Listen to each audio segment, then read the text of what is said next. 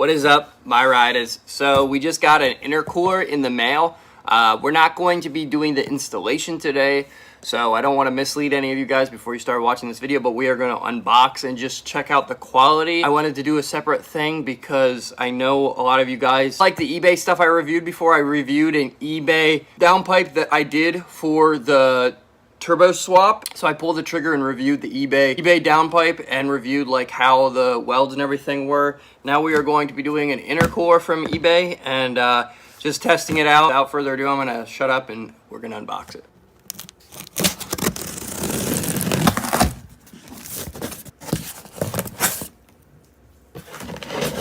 Another box.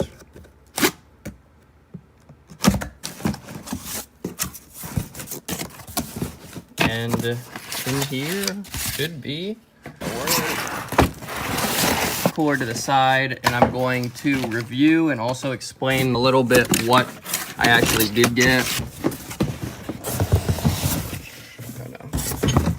And underneath you have all your clamps. I went with red because I thought red would look good. And mounts.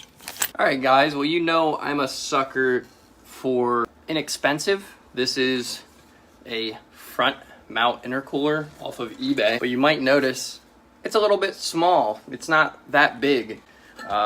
It's a decent size for what I'm looking for because this is actually something that I'm not completely familiar with. I have heard hit or miss with it with other people that I have been discussing this with, and most people say that it's a decent way to go. This is supposed to work in conjunction with the intercooler I have now. I went with front mount because it was easier than taking my whole intercooler out and replacing it, and I didn't really feel like doing that because I'm not trying to make up that much more difference in power. Like I said, we are just coming a little bit short and the air is getting a little bit too hot, so if I can make just a slight difference, I should pick up at least another 15 or 20 horsepower with the setup, just because my air is getting hot so fast, and that's what I was told by my tuner. I'll show you guys. So essentially how this works is it will work in conjunction, hopefully fingers crossed, with the stock intercooler. So it goes to the stock intercooler, and it also has this little baby in the front to help out, and that's where the mounting clips come in that is provided, and it also comes with clamps to secure everything to the intercooler and your other intercooler. And the really cool part about this is it cost me $283, and this is the most inexpensive intercooler I could find on the market. But the awesome part is I saved a lot of money because I was going to go with a CTS intercooler, and that was going to be $500, but I really didn't need it.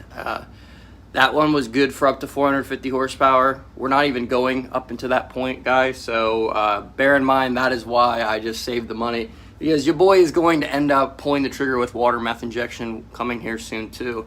But I really wanted to just test this out, and I thought it was a perfect idea to buy an eBay one to just see how well these work. And I'm always interested in learning new things, and a twin cooler sounded like a cool, neat thing to learn. So I'm going to take you guys around just to show you what comes with this kit. Okay guys, so the hose at least is actually really good quality. Doesn't look like cheap stuff by far. It's actually really thick. And I went with red. There was red, blue, or black on the website, and I wanted red because I thought it would look cool, because I'm probably going to do a modification where I kind of clear out the grill, the lower grill of my car. The clamps, I've had these clamps before. They're not awful quality. People said in the comments to buy different clamps, but I've actually had these clamps, and I like the T-bolt clamps a lot. They actually do hold boost very well, and as long as you're installing them tight enough, there should be no issues. It's going to be intercooler, charge pipe intercooler, so that gives another spot for it to blow off. But if I end up not liking how the twin cool is set up, I was just going to spend the extra money and buy a setup where this is blocked off. It'll be able to handle the power that I'm looking to get with the car. The welds seemingly are decent, so I'm not mad about that. It does its job. That's all I'm concerned about.